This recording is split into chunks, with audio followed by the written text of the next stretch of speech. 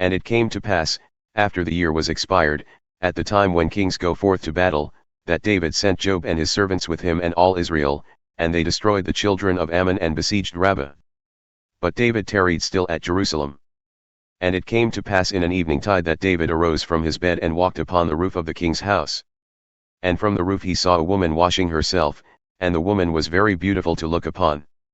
And David sent and inquired after the woman. And one said, Is not this Bathsheba, the daughter of Eliam, the wife of Uriah the Hittite?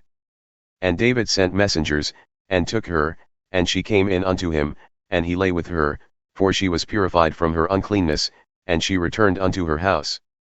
And the woman conceived, and sent, and told David, and said, I am with child. And David sent to Joab, saying, Send me Uriah the Hittite. And Joab sent Uriah to David. And when Uriah had come unto him, David demanded of him how Joab did, and how the people did, and how the war prospered. And David said to Uriah, Go down to thy house and wash thy feet. And Uriah departed out of the king's house, and there followed him a meal of meat from the king. But Uriah slept at the door of the king's house with all the servants of his lord, and went not down to his house. And when they had told David, saying, Uriah went not down unto his house, David said unto Uriah, Camest thou not from thy journey? Why then did thou not go down unto thine house? And Uriah said unto David, The ark and Israel and Judah abide in tents, and my lord Joab and the servants of my lord are encamped in the open fields. Shall I then go into mine house to eat and to drink and to lie with my wife? As thou livest and as thy soul liveth, I will not do this thing. And David said to Uriah, Tarry here today also, and tomorrow I will let thee depart. So Uriah remained in Jerusalem that day and the morrow. And when David had called him, he ate and drank before him, and he made him drunk, and at evening he went out to lie on his bed with the servants of his lord, but went not down to his house. And it came to pass in the morning that David wrote a letter to Joab, and sent it by the hand of Uriah. And he wrote in the letter, saying, Set ye Uriah in the forefront of the hottest battle, and retire ye from him, that he may be smitten and die.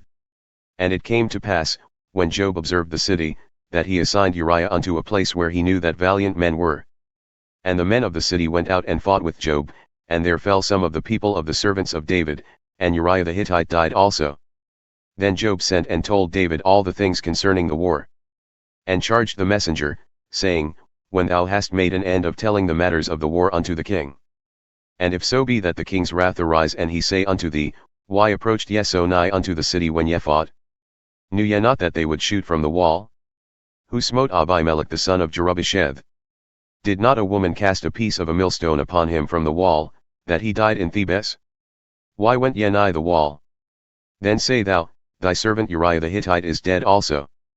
So the messenger went and came and showed David all that Joab had sent him for. And the messenger said unto David, Surely the men prevailed against us and came out unto us into the field, and we were upon them even unto the entrance of the gate. And the shooters shot from the wall upon thy servants, and some of the king's servants are dead, and thy servant Uriah the Hittite is dead also.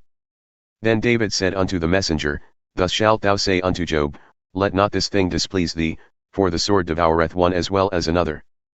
Press thy battle stronger against the city, and overthrow it, and encourage thou him.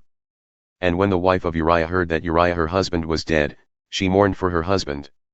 And when the morning was past, David sent and fetched her to his house, and she became his wife and bore him a son. But the thing that David had done displeased the Lord.